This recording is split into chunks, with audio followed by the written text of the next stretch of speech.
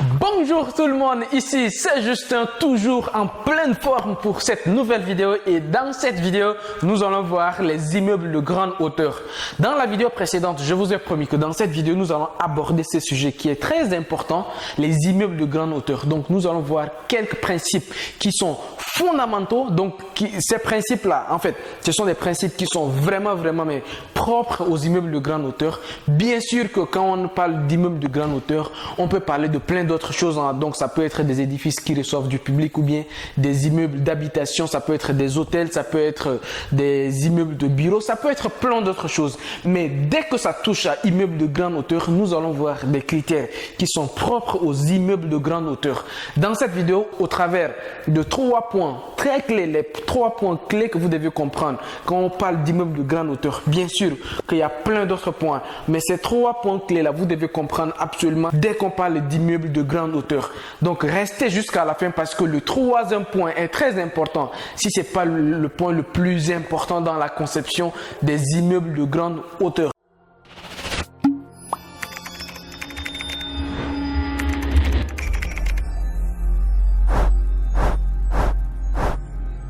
Mais avant d'aller plus loin, je tiens à vous remercier pour vous qui êtes là toujours à me soutenir. Comme d'habitude, je suis très content de continuer à publier des vidéos sur cette chaîne. C'est pour cela que j'invite pour tous ceux qui ne sont pas encore abonnés à cette chaîne, déjà de s'abonner et d'activer la cloche des notifications. C'est très important, donc activez la cloche des notifications.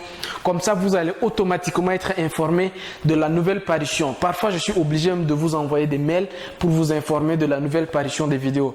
Mais si vous êtes de plus en plus nombreux à activer, n'oubliez pas d'activer juste à côté du bouton s'abonner, activer la cloche des notifications. Comme ça, vous allez être informé de toutes les prochaines publications qui arrivent sur cette chaîne. La deuxième des choses que je vous invite à faire, c'est déjà d'aller également dans la barre de description parce que j'ai laissé là-bas des informations complémentaires à cette vidéo. Donc, ça va être des cadeaux, des livres que j'ai écrits. Vous savez que j'ai déjà écrit 2 livres. Il y a le livre AutoCAD et le livre Revit Architecture. Tout ça, ça se trouve dans la description de cette vidéo et également plein d'autres cadeaux comme ça que je laisse dans la description de toutes mes vidéos. Donc, prenez la peine de visiter la description de ma vidéo. Aussi, je tiens à rappeler que ma page Instagram est déjà fonctionnelle et également la page Facebook qui est fonctionnelle. Pour ceux qui me suivent également sur Facebook, ils savent que je suis également sur Facebook et Instagram. Donc voilà. Bref, on va fermer cette parenthèse et revenir dans le but de cette vidéo. Les immeubles de grande hauteur sont très importants et très complexes au niveau du fonctionnement. Pas au niveau de la conception, mais au niveau des fonctionnements. C'est pour cela que j'ai réservé uniquement cette vidéo pour parler des immeubles de grande hauteur. En ce qui concerne la conception, donc tout ce qui est couloir, tout ce qui est espace, tout ce qui est hauteur des étages, ainsi de suite, c'est pas ça le plus important dans les immeubles de grande hauteur. Quand on parle des immeubles de grande hauteur, c'est beaucoup plus la protection des personnes qui fréquentent cet immeuble-là. C'est ça qui est plus prise en compte parce que imaginez, plus quand l'immeuble va de plus en plus en hauteur, plus ça devient risqué de fréquenter. Et pour cela, il y a beaucoup de conditions, il y a beaucoup de critères, il y a vraiment beaucoup trop de choses qui sont liées à ça. Donc voilà, nous allons parler de tout ça dans cette vidéo. Donc le premier élément, la première condition qui est très importante lorsque vous avez affaire à un immeuble de grande hauteur, c'est sa position par rapport au service de secours. Ça veut dire quoi? C'est-à-dire que si vous avez à concevoir un immeuble de grande hauteur, le premier critère, c'est que votre immeuble de grande hauteur ne doit pas se placer n'importe où dans la ville. Par exemple, si vous êtes à Dakar, vous êtes à Dakar et vous voulez faire un immeuble de grande hauteur, vous n'allez pas le faire par exemple à Sangalkam ou bien vous n'allez pas le faire à Sébikotane ou bien en fait, vous ne pouvez pas le faire. Il faut que votre immeuble qui soit de grande hauteur soit à proximité au maximum 3 km du service des secours. Donc, généralement, ça va être le service des sapeurs-pompiers. Donc, 3 km généralement. Donc, vous allez voir que si vous ne faites pas ça même au niveau de l'autorisation de construire, on ne va pas accepter que vous construisez cet immeuble très loin des sapeurs-pompiers. Parce que, comme je disais tantôt, c'est le service de sécurité, de la protection des populations, des personnes qui vivent ou bien qui vont vivre ou qui fréquentent cet immeuble qui est mis en avant. Voilà pourquoi on exige que votre immeuble de grande hauteur ne se trouve pas à plus de 3 km des sapeurs-pompiers. Cela veut dire que dès que votre immeuble va avoir des problèmes d'incendie ou bien tout autre problème de sécurité, il faut que l'intervention soit rapide. Voilà pourquoi on exige généralement que vous ne soyez pas trop loin de la ville. Imaginez par exemple les sapeurs-pompiers qui se trouvent à Bamako, en centre-ville de Bamako, et vous partez jusqu'à Yirimadio, ou bien vous partez très loin pour construire un immeuble de grande hauteur. Quand il y aura de problèmes, les sapeurs-pompiers auront du mal à arriver sur les lieux pour secourir les gens. Donc la première condition, toute première condition, c'est la position de votre immeuble de grande hauteur par rapport au service de secours de votre pays. Et généralement, un peu partout dans le monde, en France, aux États-Unis et en Afrique, il n'y a pas d'exception à cela, c'est 3 km. 3 km au maximum par rapport à un service de secours. Le deuxième élément qu'il faut comprendre, tout à l'heure, je parlais d'immeuble de grande hauteur, mais ce qu'il faut comprendre, c'est quoi un immeuble de grande hauteur d'abord. Pourquoi je n'ai pas abordé ces points avant? Parce que l'immeuble de grande hauteur, ça va nous permettre, la définition va nous permettre de voir les choses les plus importantes au troisième point. Immeuble de grande hauteur, la définition, elle est simple. C'est un immeuble dont la hauteur du niveau 0 jusqu'au dernier plancher dépasse 28 mètres. Donc, au-delà de 28 mètres de hauteur, vous êtes en immeuble de grande hauteur. Et généralement, quand vous faites un immeuble de rez-de-chaussée plus 8 étages, vous dépassez les 28 mètres de hauteur. Donc, automatiquement, tous les immeubles à partir de R+8 sont classés directement immeubles de grande hauteur. Donc, quand on prend analogie par rapport à ce que j'ai dit précédemment au premier point, dès que vous dépassez R+8, votre bâtiment ne doit pas être très loin de la ville pour être secouru par des sapeurs-pompiers. Alors, pourquoi à plus de 28 mètres, c'est classé immeuble de grande hauteur? Alors, quand votre immeuble prend feu ou bien lorsqu'il y a incendie ou sécurité, pour toute autre raison liée à la sécurité ou à l'incendie, pour ces deux raisons, les sapeurs-pompiers, quand ils arrivent pour éteindre le feu de votre immeuble, la grue des sapeurs-pompiers ne dépasse pas 28 mètres. Donc, la hauteur maximale d'une grue des sapeurs-pompiers, c'est 28 mètres. Voilà pourquoi, quand vous avez affaire à un immeuble de plus de 28 mètres, vous devez être proche des sapeurs-pompiers. Et plus de 28 mètres, vous devez déjà être proche des sapeurs-pompiers pour qu'ils interviennent en cas où il y a des problèmes de sécurité. Voici la raison simple pour laquelle, à plus de 28 mètres, votre immeuble est automatiquement classé grande hauteur. Et quand c'est classé grande hauteur, ça va suivre les conditions qui vont suivre. En fait, les conditions dans le troisième point que je vais dire tout à l'heure, votre immeuble doit absolument suivre les conditions. Voilà. Donc, immeuble de grande hauteur, par définition, définition basique, c'est un immeuble dont la hauteur dépasse 28 mètres. Alors, là également, j'ouvre une petite parenthèse. Quand on dit 28 mètres, en fait, c'est relatif parce que il y a des normes. Quand vous prenez par exemple en France, il y a des normes qui disent également que lorsque ce sont des immeubles d'habitation ou d'appartement, c'est jusqu'à 50 mètres. Mais généralement, ça ne passe pas. C'est pour cela qu'on prend juste 28. Donc 28, quand votre immeuble doit dépasser plus de 28 mètres, c'est automatiquement classé immeuble de grande hauteur. Et qui dit immeuble de grande hauteur dit plusieurs conditions à respecter. Donc le troisième point, pour moi le plus important dans la condition des immeubles de grande hauteur, ce sont des conditions liées à la sécurité et à l'incendie.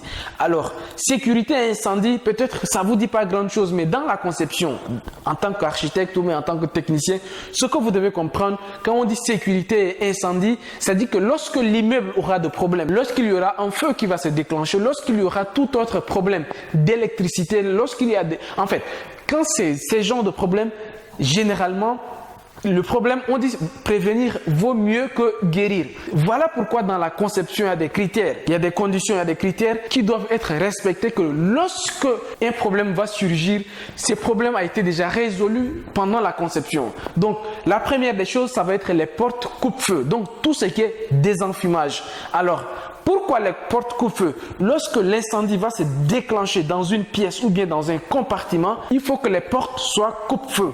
C'est-à-dire que le feu ne se propage pas. Il faut que le feu soit maintenu. Et généralement, il y a des portes coupe-feu avec des durées. Donc, vous avez des portes qui vont couper le feu à un certain temps. Donc, par exemple, il y a des coupe-feux de 30 minutes, il y a de 15 minutes, il y a de 1 heure de temps. Voilà, tout ça, ça dépend encore de la qualité des portes. Ça dépend encore de la qualité des matériaux qui peuvent résister au feu.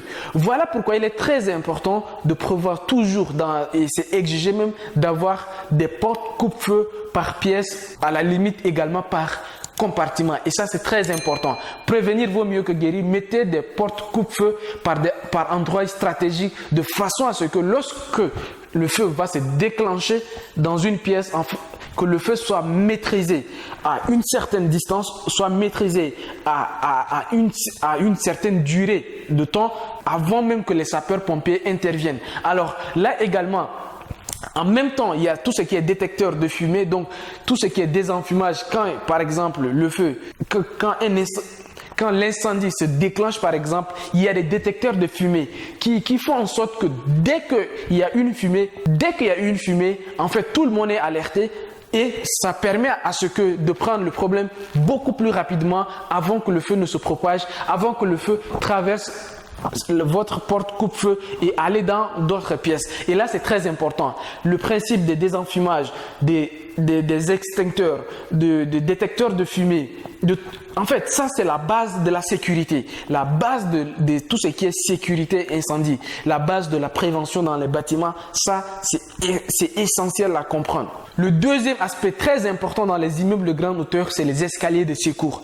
Généralement, quand vous avez affaire à des bâtiments simples, vous avez un escalier principal. Et ça, il n'y a pas de problème. Quand vous êtes dans des immeubles de R+4, R+5, en tout cas des immeubles qui ne sont pas encore de grande hauteur, il n'y a pas de problème. Un escalier, ça suffit. Et même s'il y a deux escaliers, les deux escaliers ne sont pas des escaliers de secours. Les deux escaliers sont les escaliers principaux.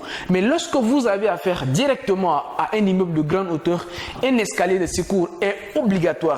Parce que, j'ai dit et je redis encore, immeuble de grande hauteur, il y a plusieurs conditions. Mais la condition la plus importante, je le redis, j'insiste sur ça, c'est la protection, c'est l'évacuation des habitants, c'est l'évacuation, la protection contre le feu, l'incendie et tout ce qui est sécurité dans le bâtiment qui est pris en compte. Donc l'escalier de secours est très important quand vous avez, et bon, pas important, est obligatoire quand vous avez affaire à la conception des immeubles de grande hauteur. Moi, j'ai travaillé sur des projets où voilà, j'ai reçu des plans où c'est des immeubles de grande hauteur et j'ai pas vu d'escalier de secours, mais tout de suite moi je sais qu'il y a un problème parce que ça va pas passer au niveau ça ne va pas passer quoi au niveau de l'autorisation de construire, parce que là-bas il y a le service de la protection civile quand il y a un certain, donc tous les services d'urbanisme de votre pays, là où vous déposez vos permis de construire, il y a toujours un service qu'on appelle la protection civile, et la protection civile va analyser certains détails, par exemple la dimension des sas, donc la surface minimale d'un sas dans les immeubles de grande hauteur, vous voyez, ça c'est pris en compte, c'est minimum 5 mètres carrés. Il y a plein d'autres conditions comme ça que la protection civile va prendre et analyser. Donc dès qu'on prend vos plans, on prend vos plans et on voit que vous ne respectez pas par exemple les escaliers de secours, la dimension des sas, la dimension des couloirs, vous voyez, ça ne va pas passer parce que ça ce sont des services de la protection civile, donc liés à la sécurité et à l'incendie. Alors le troisième point qui est très très important, le sous-troisième point, puisque je suis en train de parler dans ces points de tout ce qui est sécurité incendie, ça va être l'ascenseur. Alors l'ascenseur c'est très important. Alors très important surtout quand vous faites tout ce qui est immeuble de grande hauteur, l'ascenseur ne doit pas descendre jusqu'au sous-sol. Ça peut paraître bizarre, mais je vais m'expliquer. Quand vous avez affaire à des immeubles qui ne sont pas de grande hauteur, l'ascenseur va jusqu'au sous-sol, c'est pas grave. Par exemple, sur le siège de plein de compagnies que j'ai visité, il n'y a pas de problème. Quand ils sont R+6, R+7, il n'y a pas de problème. En fait, l'ascenseur peut descendre jusqu'au sous-sol. Mais lorsque vous partez directement à R+8 et plus, c'est-à-dire que immeuble de grande hauteur, l'ascenseur doit s'arrêter au rez-de-chaussée. Alors, l'explication est la suivante. En cas de feu ou bien en cas de problème où on doit évacuer rapidement les personnes, on doit les faire sortir du bâtiment. Si les personnes descendent de l'ascenseur, ce qui va se passer, c'est que les personnes, si on ne fait pas arrêter l'ascenseur au rez-de-chaussée, les gens vont descendre avec l'ascenseur jusqu'au sous-sol, parce que ce qui est très important également dans l'ascenseur, le niveau 0, quand vous êtes en IGH, le niveau 0, c'est le niveau qui indique toujours la sortie de l'ascenseur, quoi. Mais c'est pas tout le monde qui comprend ça. Donc vous allez voir des gens qui vont être dans l'ascenseur et qui vont descendre jusqu'au sous-sol. Et là, le problème, c'est qu'il va se passer, ils sont au sous-sol, ils vont sortir de l'ascenseur, du sous-sol, mais ils ne sont pas encore sortis du bâtiment. Parce qu'au sous-sol, on ne sort pas du bâtiment. On sort de l'ascenseur, mais on ne sort pas du bâtiment. Ce qui est important, il faut que l'ascenseur s'arrête au rez-de-chaussée. Donc, quand les gens arrivent au rez-de-chaussée, ils sortent de l'ascenseur, ils sortent du bâtiment en même temps. Alors, ce qui se passe également, quand ils sortent du bâtiment, il y a un escalier indépendant qui va du rez-de-chaussée au sous-sol. Et ça, c'est très important. Ça, c'est une des conditions également très importantes dans les IGH.